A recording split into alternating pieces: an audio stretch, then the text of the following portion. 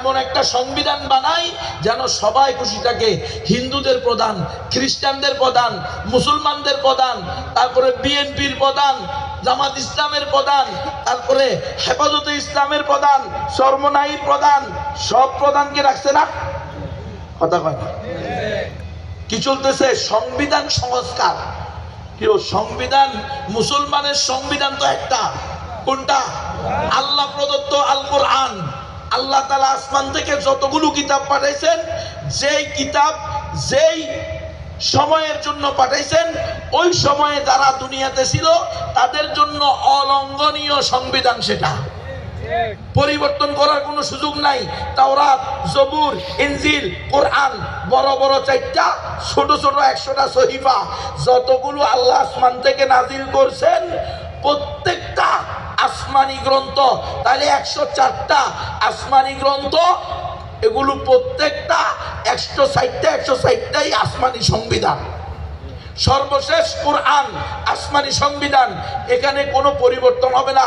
তাহলে যেটা হিন্দু, বৌদ্ধ, খ্রিস্টান, মুসলমান, নাস্তিক, মডার্নিস্ট, ফান্ডামেন্টালিস্ট সবাই মিলে, সেকুলারিস্ট সবাই মিলে যে সংবিধান সংস্কার করবে, সেই সংবিধান কি ইসলামী সংবিধান হবে? তো ওই সংবিধানের ভিতরে যদি 1012 লেখা হয় যে কোরআন সুন্নাহ বিরোধী কোনো আইন করা হবে না, এটা কি কশিন কালেও মানা সম্ভব? সম্ভব না। এর আগে বলছে না গত 16 বছরের স্বৈরাচার যে আমরা মদিনার সনদ দিয়ে রাষ্ট্র পরিচালনা করব। বলছো কি বলে নাই? মদিনার সনদ এমন ভাবেই পরিচালিত হয়েছে, প্রতিষ্ঠা হয়েছে, মদিনার সনদ দিয়ে এমন ভাবে রাষ্ট্র চালাইছে, দেশের শীর্ষস্থানীয় প্রায় সকল আলেম জেলখানায় চলে গেছে। মদিনার সনদের বরকত বুঝছেন নি? ধোঁকা কাকে বলে? কোরআন সুন্নাহ বিরোধী কোনো আইন করা হবে না। আল্লামা শফি রহমতুল্লাহ আলাইহির কাছে এই দেশের স্বৈরাচার একাধিকবার বলে নাই? বলছে, কিন্তু হয়েছে কি? হয় নাই। কারণ সংবিধানই তো কুফরি সংবিধান।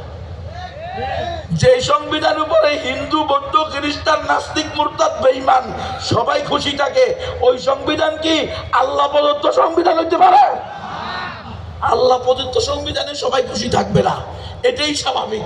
যারা আল্লাহর দুশমন, শয়তানের দূষর, ইহুদি খ্রিস্টানের দালাল, তারা কশিন কালেও চাইবে না কোরআন প্রতিষ্ঠা হোক। এই জন্য দেখবেন এই আন্তধর্মীয় সংলাপের প্রধান কথা হলো আমরা সংঘাত নয়, শান্তি ও সম্প্রীতির বাংলাদেশ চাই।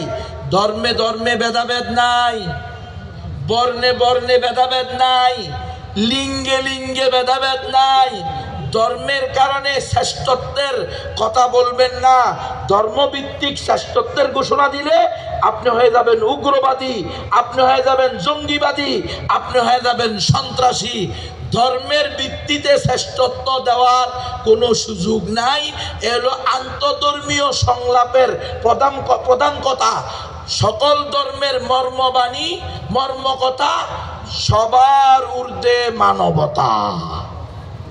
সকল ধর্মের মর্মকথা, সবার ঊর্ধ্বে মানবতা।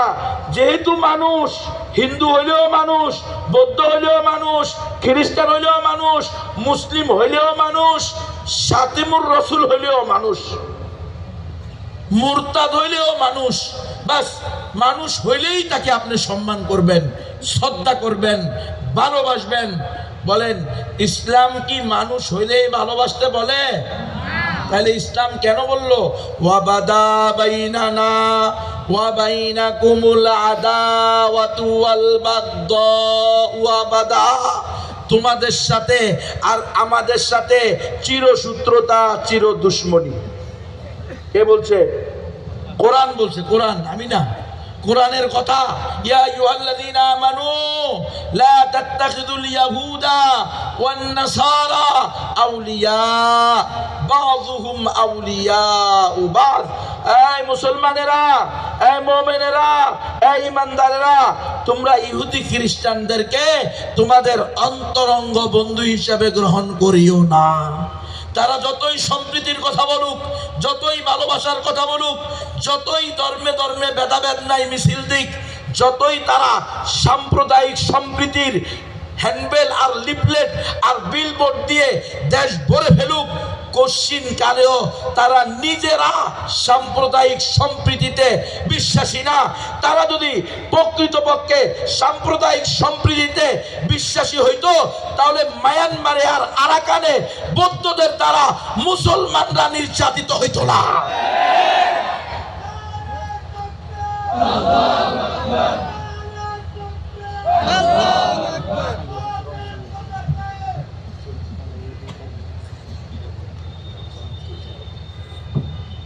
এই মুসলমান ভালো করে শোনেন, ধোঁকা 55 বছর ধরে খাইতেছেন, আর কত বছর খাইবেন?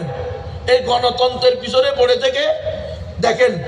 এবার আপনারা যে স্বাধীন রাষ্ট্র বলতেছেন না, স্বাধীনতা অর্জন করেছি আমরা, এই স্বাধীন রাষ্ট্রের দলিলপত্র নিয়ে এসেছি আমি। এগুলা স্বাধীন রাষ্ট্র হওয়ার পরের দলিল। ইনশাআল্লাহ একটা একটা করে আপনাদেরকে দেখাবো কেমন স্বাধীনতা ভোগ করতেছেন, কোন দিক দিয়ে স্বাধীনতা পেয়েছেন। না, স্বাধীনতা আবার চুরি হয়ে যেতেছে। 1947 সালে মোহাম্মদ আলী জিন্নাহ এই দেশের মানুষকে ধোঁকা দিয়ে বোকা বানিয়েছে।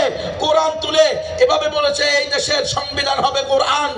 ধর্ম দিয়ে, ধর্মের উপরে নির্ভর করে ধর্মীয় গ্রন্থ দেখিয়ে এই দেশের মানুষের মাধ্যমে এই দেশ থেকে ব্রিটিশদেরকে বিতাড়িত করতে বাধ্য করে স্বাধীন রাষ্ট্র করা হয়েছে। কিন্তু 1 মিনিটের জন্য সেকুলারিজম এই দেশ থেকে বিতাড়িত হয় না। ধোঁকা কত খাবেন? মোহাম্মদ আলী জিন্নাহও ধোঁকা দিছে। কথা বুঝেন? বলছে কোরআন সংবিধান হবে। সংবিধান হচ্ছে কোরআন? হ্যাঁ, কেমন সংবিধান হচ্ছে আমি দেখাবো এখন। কোরআন সংবিধান হচ্ছে, এখনো বলতেছে যে আমরা সংবিধানের ভিতরে লিখবো কোরআন সুন্নাহ বিরোধী কোনো আইন হবে না, বাস এটাতেই রাষ্ট্র ইসলামী হয়ে যাবে। কেমনে? সিস্টেম কি? শুধু ব্যক্তি পরিবর্তন হইলে রাষ্ট্র ইসলামী হবে না, সিস্টেম পরিবর্তন হবে, হইতে হবে।